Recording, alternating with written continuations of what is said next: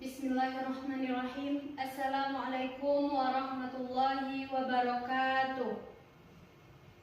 Alhamdulillahilladzi hadana li hadza wa ma kunna linahtadiya laula an hadanallah. Asyhadu an la ilaha illallah wa asyhadu anna Muhammadan abduhu wa rasuluh. La nabiyya ba'da amma ba'du. Puji syukur marilah kita ucapkan kehadirat Allah Subhanahu wa taala, yang mana berkat rahmat dan karunia beliaulah kita dapat berkumpul di kelas yang amat kita cintai ini. Salawat serangkaian salam tidak lupa pula kita sanjung tinggikan buat arwah junjungan kita, yakninya Nabi besar Muhammad sallallahu alaihi wasallam. Dengan mengucapkan lafaz Allahumma salli ala Muhammad wa ala ali Muhammad. Yang terhormat Ibu dosen pembimbing beserta rekan-rekan yang berkesempatan hadir pada saat sekarang ini. Saya Fadilah Maedisa dengan NIM 2123100, Prodi Pendidikan Agama Islam. Baiklah, di sini saya akan menjelaskan hasil proposal saya yang berjudul Efektivitas Metode Iqra dan Wafa dalam meningkatkan kemampuan membaca Al-Quran siswa di SD Tahfiz Rahmatul Aisy. Yang mana proposal saya dilatar belakangi dari pendidikan membaca Al-Quran merupakan aspek fundamental dalam pembinaan karakter dan keimanan siswa sejak usia dini. Kemampuan membaca Al-Quran secara baik dan benar, meliputi makhraj, tajwid, dan kelancaran menjadi dasar penting bagi pemahaman serta pengalaman ajaran Islam dan pembelajaran tahfiz selanjutnya. Di sekolah dasar berbasis tahfiz, penerapan metode pembelajaran yang tepat sangat menentukan keberhasilan kemampuan membaca siswa. Metode Iqra sebagai metode konvensional telah banyak digunakan dan terbukti efektif. Sementara metode Wafa hadir sebagai inovasi pembelajaran berbasis pendekatan otak kanan yang bersifat multisensorik dan menyenangkan. Namun, pada praktik di SD Tahfiz Rahmatul Aisy masih ditemukan variasi kemampuan membaca Al-Quran antar siswa, sehingga diperlukan kajian empiris untuk mengetahui efektivitas serta perbandingan kedua metode tersebut sebagai dasar rekomendasi pembelajaran yang lebih optimal.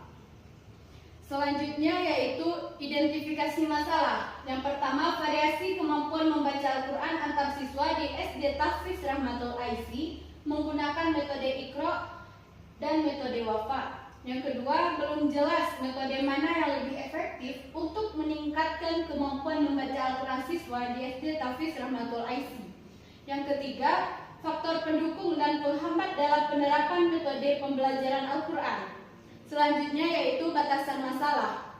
Yang pertama, variabel penelitian hanya pada metode Iqra dan metode Wafa. Yang kedua, subjek penelitian adalah siswa SD Tahfiz Rahmatul Aisy kelas 3 sampai kelas 4.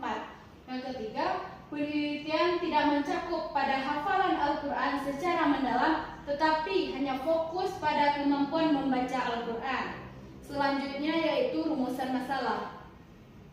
Yang pertama, apakah penerapan metode Iqra efektif dalam meningkatkan kemampuan membaca Al-Quran siswa di SD Tahfiz Rahmatul Aisy?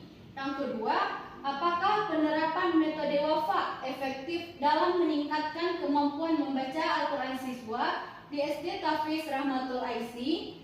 Dan yang ketiga, apakah terdapat perbedaan signifikan antara efektivitas metode Iqra dan metode Wafa dalam meningkatkan kemampuan membaca Al-Quran siswa di SD Tahfiz Rahmatul Aisy? Selanjutnya yaitu tujuan penelitian.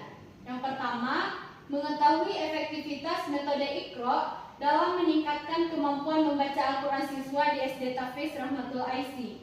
Yang kedua, mengetahui efektivitas metode Wafa dalam meningkatkan kemampuan membaca Al-Quran siswa di SD Tahfiz Rahmatul Aisy. Yang ketiga, menganalisis apakah terdapat perbedaan efektivitas antara metode Iqra dan metode Wafa di SD Tahfiz Rahmatul Aisy. Selanjutnya yaitu manfaat penelitian.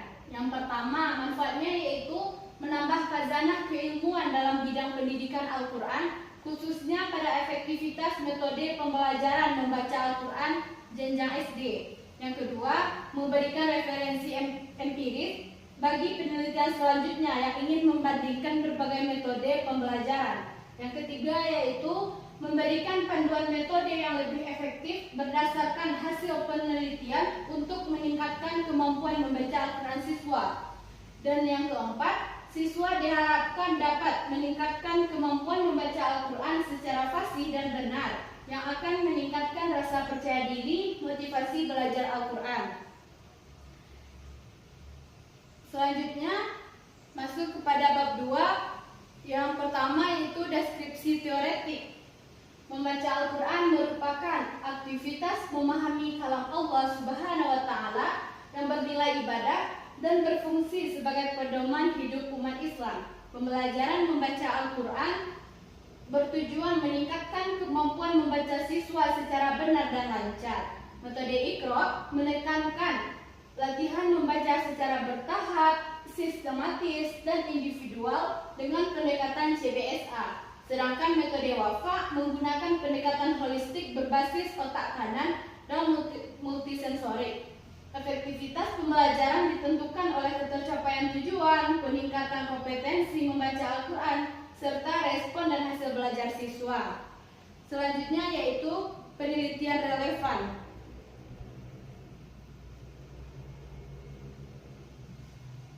Yang pertama yaitu penelitian oleh Rahmawati 2020 menunjukkan bahwa metode Iqra secara signifikan meningkatkan kemampuan membaca Al-Quran siswa SD dengan peningkatan skala rata-rata 25% setelah penerapan selama 3 bulan.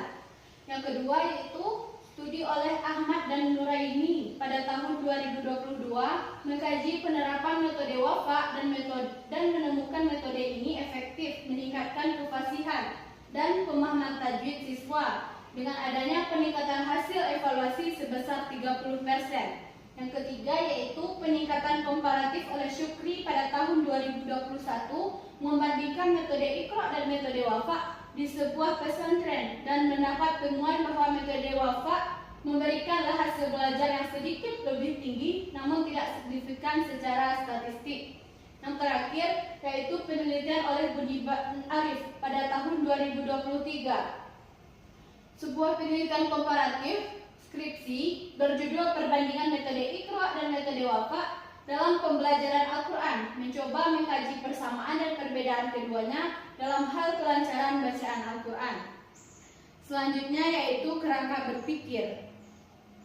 Berdasarkan teori dan hasil penelitian yang telah dibahas, kerangka berpikir dalam penelitian ini dapat digambarkan sebagai berikut, yaitu penelitian ini bertujuan untuk mengukur efektivitas metode Iqra dan metode Wafa dalam meningkatkan kemampuan membaca Al-Quran siswa di SD Tahfiz Rahmatul IC. Pembelajaran Al-Quran membutuhkan metode yang tepat agar siswa mampu membaca secara benar, lancar, dan bertajwid. Selanjutnya, hipotesis penelitian. Hipotesis 1, terdapat peningkatan kemampuan membaca Al-Quran siswa setelah diterapkan metode Iqra. H0, tidak terdapat peningkatan kemampuan membaca Al-Quran siswa setelah diterapkan metode Iqra. HAA, terdapat peningkatan kemampuan membaca Al-Quran siswa setelah diterapkan metode Iqra. Hipotesis 2, terdapat peningkatan kemampuan membaca Al-Quran siswa setelah diterapkan metode Wafa. H0, tidak terdapat peningkatan kemampuan membaca Al-Quran siswa setelah diterapkan metode Wafa. HA, terdapat peningkatan kemampuan membaca Al-Quran siswa setelah diterapkan metode Wafa. Hipotesis 3, terdapat perbedaan signifikan antara efektivitas metode Iqra dan metode Wafa dalam meningkatkan kemampuan membaca Al-Quran siswa.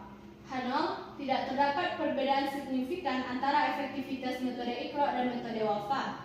HA, terdapat perbedaan signifikan antara efektivitas metode Iqra dan metode Wafa. Selanjutnya lanjut kepada bab 3, yaitu yang pertama metode penelitian. Penelitian ini menggunakan pendekatan kuantitatif, yaitu pendekatan di mana menekankan pada data-data numerikal atau angka-angka yang diolah menggunakan metode statistik untuk menjawab suatu penilaian. Penilaian ini merupakan penilaian korelasi. Pada penelitian korelasi ini bertujuan untuk mengetahui ada atau tidaknya dan seberapa besar pengaruh antara dua variabel bebas, yaitu metode Iqra dan metode Wafa. dan variabel terikat, yaitu kemampuan membaca Al-Quran siswa. Lokasi dan waktu penelitian. Lokasi penelitian bertempat di SD Tahfiz Rahmatul Aisy, Kabupaten Solo. Waktu penelitian periode September sampai November 2025. Populasi dan sampel. Populasi sebanyak 42 orang. Adapun rincian dari jumlah populasi tersebut adalah siswa kelas 3 berjumlah 22 orang dan siswa kelas 4 berjumlah 20 orang.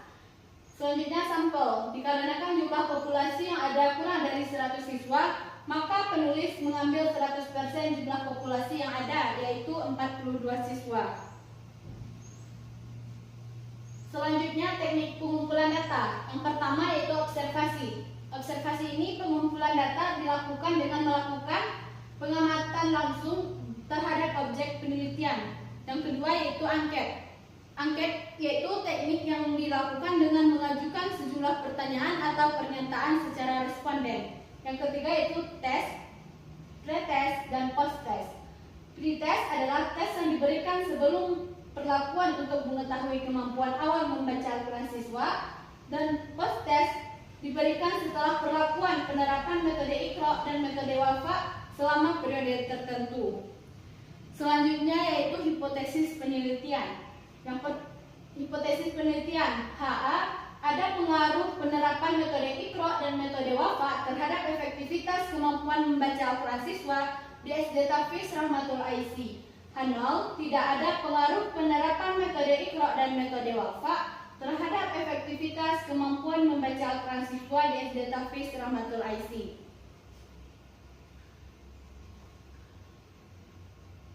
Hanya sekian yang dapat saya sampaikan. Kalau ada